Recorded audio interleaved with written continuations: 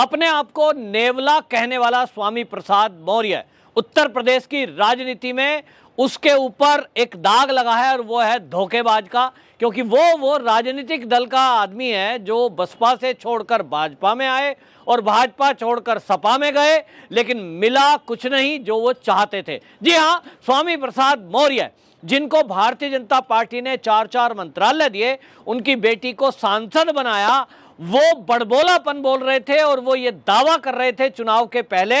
कि मैं एक नेवला हूं और ऐसा नेवला जो आरएसएस रूपी नाग और बीजेपी रूपी सांप को कुचल कर खा जाएगा। अब आपको बता दूं, स्वामी प्रसाद मौर्य के इस बड़बोलेपन, उल्टे सीधे बयान और जिस तरह की धमकी भरे लहजे में उन्होंने बात की, अब योगी जी का बुलडोजर चलना तय हुआ है, क्योंकि अभी चुनावी प्रक्रिया चल रही है। अभी तो जो है चुनाव बाकी रह गए हैं, एमएलसी का चुनाव होना है और इसलिए आचार संहिता लगी हुई है, लेकिन पुलिस और प्रशासन एक्शन मोड में आ चुका है। स्वामी प्रसाद मौर्य की संपत्ति की जांच के आदेश दे दिए गए हैं और अब यह माना जा रहा है कि जिस तरह से अवैध संपत्ति इकट्ठा स्वामी प्रसाद मौर्य ने की है उसकी जांच की जाएगी और जैसा योगी जी का नेचर है कि अगर संपत्ति अवैध घोषित हुई, हिसाब किताब स्वामी प्रसाद मौर्य नहीं दे पाए तो बुलडोजर चलना तय है। अब स्वामी प्रसाद मौर्य क्या करेंगे ये उनको सोचना है, लेकिन आपको बता दूं वो गिड़गिड़ा रहे हैं अब अखिलेश के सामने कि भैया हार तो गया, अब ये बुलडोजर से बचा लो। तो अब ऐसी खबरें आ रही हैं कि वो एमएलसी बनाने के चक्कर में लगे हैं और वो चाहते हैं स्वामी प्रसाद मौर्य को एमएलसी बनाकर वो विधानसभा भेज दें,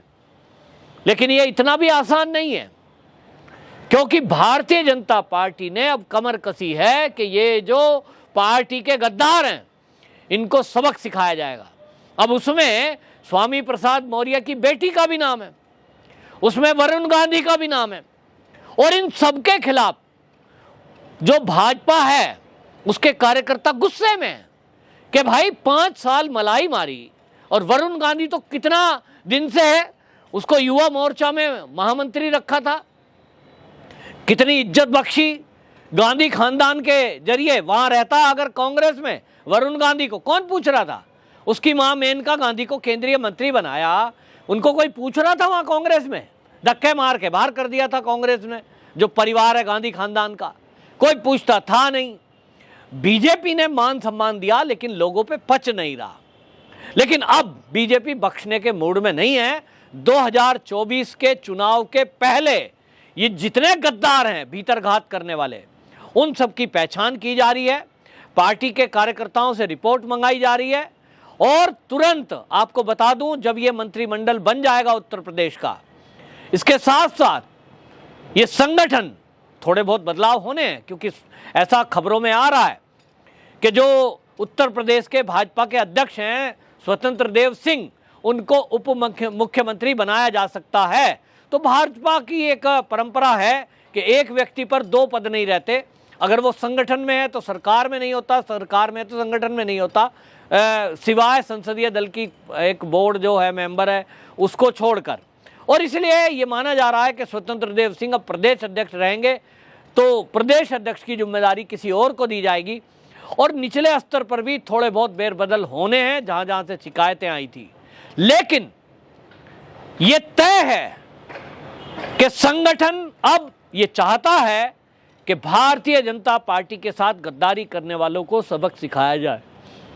चाहे वो पार्टी के लोग हों, फिर चाहे वो पार्टी छोड़कर गए हुए लोग हों, फिर चाहे वो शासन और प्रशासन में बैठे हुए लोग हों। कुछ लोगों को चुनाव प्रक्रिया चलते चलते ये मुगालता हो गया था कि उत्तर प्रदेश में समाजवादी शासन आ रहा है। अब ये नैरेटिव सेट किया गया था मीडिया के जरिए, माहौल बनाया जा रहा था, समाजवादी आ रही है, समाजवादी आ रही है, एक गाना बना दिया आरएलडी आई रहे, आरएलडी आई रहे, 39 सीटें दे दी, उनको लग रहा था इतनी सीटें आ जाएंगी, 5-7 मंत्री बन जाएंगे, हुआ क्या, 8 पे सिमट गई। और इसलिए ये जो लोग हैं ये इस तरह की बयानबाजी करने लगे, अहंकार भरी हुई, हमारी सरकार आएगी तो हम ये करेंगे, और उसमें सबसे ज्यादा स्वामी प्रसाद मौर्य। आप पार्टी छोड़ के गए, ये आपका अधिकार है, कोई आज कांग्रेस में है वो बीजेपी में आ जाता है, स्वागत करते हैं। कोई बीजेपी में है वो कांग्रेस में जा सकता है, समाजवादी में, बसपा, कहीं जाइए, यह आपकी स्वतंत्रता है। कोई बंधुआ गुलाम नहीं है कि आपको एक पार्टी ज्वाइन कर ली तो वहीं रहना है। जाइए, आप पार्टी छोड़ के गए, ठीक है, आप ये कह सकते थे कि मेरे विचार नहीं मिले, बस इतनी सी बात काफ़ी है। आप कहें मेरे विचार नहीं मिले पार्टी में। विचार बहुतों के नहीं मिल सकते भारतीय जनता पार्टी से, क्योंकि भारतीय जनता पार्टी एक राष्ट्रभक्त पार्टी है, राष्ट्र को सर्वोपरि रखती है, निजी स्वार्थों को नीचे रखती है, जनता के काम आएंगे तो सुनती है, कोई निजी मामला लेकर जाएगा शायद ना सुना जाए, और इसलिए औरों से अलग है। परिवार, खानदान, ये व्यक्तिगत मामला, दोस्ती का मामला, ऐसे बहुत सारे मामले देखे हमने। जो बड़े लीडर हैं भाजपा में, उनके भी रिश्तेदारों को कोई मदद उस तरह से नहीं की जा रही जो नियम से हटकर हो। मोदी जी का तो उदाहरण है, योगी जी का उदाहरण है, ऐसे बहुत सारे लोग हैं जो पार्टी में अच्छे पदों पर हैं, लेकिन वो भी व्यक्तिगत काम नहीं करा पाते। तो बहुत सारे लोग हैं जो उस कल्चर में पले बड़े नहीं हैं, उनको लगता है पैसे दो काम कराओ, उनको लगता है कि कोई भी काम नियम कायदे कानून को तोड़कर कराया जा सकता है। कांग्रेस हो, सपा हो, बसपा हो, इनमें तो ऐसे काम हुए हैं। एक बार विधायक बन गया अरबपति बन जाता है, और इसलिए उन लोगों को दिक्कत होगी बीजेपी में, उनके विचार नहीं मिलेंगे तो ये कहें पार्टी छोड़कर, विचार नहीं मिले, बात खत्म हो गई। लेकिन आप ये कहें मैं आया हूं समाजवादी में अखिलेश की सरकार बनवाने और मैं नेवला हूं, मतलब आप अपनी तुलना कर रहे हो कहां? अरे भैया कोई जानवर ही बता देते, गाय बैल सांड कुछ बता देते, आप अपने को नेवला बता रहे हो। बहुत निचले स्तर का होता है नेवला। और आप कह रहे हो सांप को कुचल दूंगा, उस सांप की शरण में आप रहे, जिसको आज आप बीजेपी को सांप बता रहे हो, उसी में 5 साल रहे। तो अगर वो सांप होता तो स्वामी प्रसाद मौर्य जी आप 5 साल में कहीं के ना होते, क्योंकि सांप की पूंछ पे हाथ रखा और सांप ने डसा, और डसा हुआ फिर पानी भी नहीं मांगता, बड़ा भयंकर सांप हो तो।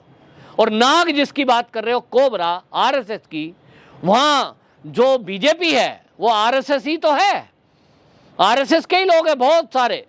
जो आरएसएस के स्वयंसेवक हैं, और वो वहां है जिसमें दिनेश शर्मा और एक केशव प्रसाद मौर्य है, ये तो 2 उप मुख्यमंत्री आरएसएस के स्वयंसेवक पक्के।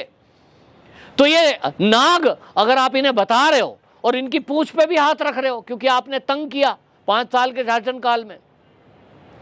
तो कब का भयंकर खत्म हो गए होते महाराज। लेकिन आपको सहन किया गया, आपने बदतमीजी से बोला, यह पार्टी के कार्यकर्ताओं को सहन नहीं हो रहा है, और इसलिए कार्रवाई निश्चित होगी, ऐसे लोगों पर जरूर होगी। स्वामी प्रसाद मौर्य एक है, ऐसे अनेक लोग, अब रिपोर्ट तैयार हो रही है कि जो भी लोग इस तरह के हैं जिन्होंने पार्टी के विरुद्ध काम किया है, उनके खिलाफ कार्रवाई हो, और फिर कार्रवाई भी ऐसी हो ताकि आगे से ध्यान रखे लोग। पार्टी छोड़कर जाना बुरा नहीं है, लेकिन जिस पार्टी में आप पले बड़े 5 साल आपने मलाई मारी, उस पार्टी के खिलाफ इस तरह की बयानबाजी करना और अपमानित करना, आरएसएस जैसे संगठन को, जो देशभक्तों का संगठन है, अगर आप किसी की मां को कुछ कहोगे तो निश्चित रूप से बेटा चाहे कितना ही छोटा क्यों ना हो गुस्सा आएगा। तो बीजेपी की मां है आरएसएस, और आपने आरएसएस को गाली दी, ये कोई भी सहन नहीं करेगा। तो स्वामी प्रसाद मौर्य की मुश्किलें बढ़ने जा रही है। बेशक वो एमएलसी बन जाए, मुख्तार अंसारी को देखा है कितना बड़ा लीडर है, विधायक भी है, लेकिन जेल में है। तो स्वामी जी जेल जाने के लिए तैयार रहें। वंदे मातरम।